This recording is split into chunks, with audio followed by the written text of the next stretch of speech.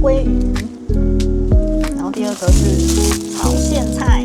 第一次煮苋菜，不知道怎么，先来清理苋菜，先来洗苋菜，摸起来触感好柔软哦，叶子很柔软，可是梗比较硬一点，所以等一下要先炒它的根茎，最后再下叶子。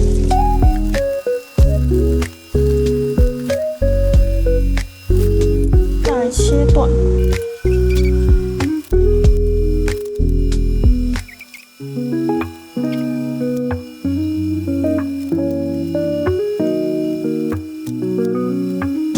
处理蒜头，一样还是很好剥。切片，这样备料就完成喽。接下来来炒菜喽，然后要开始来炒苋菜喽。天热锅，油，然后下蒜头爆香，然后再下它的筋。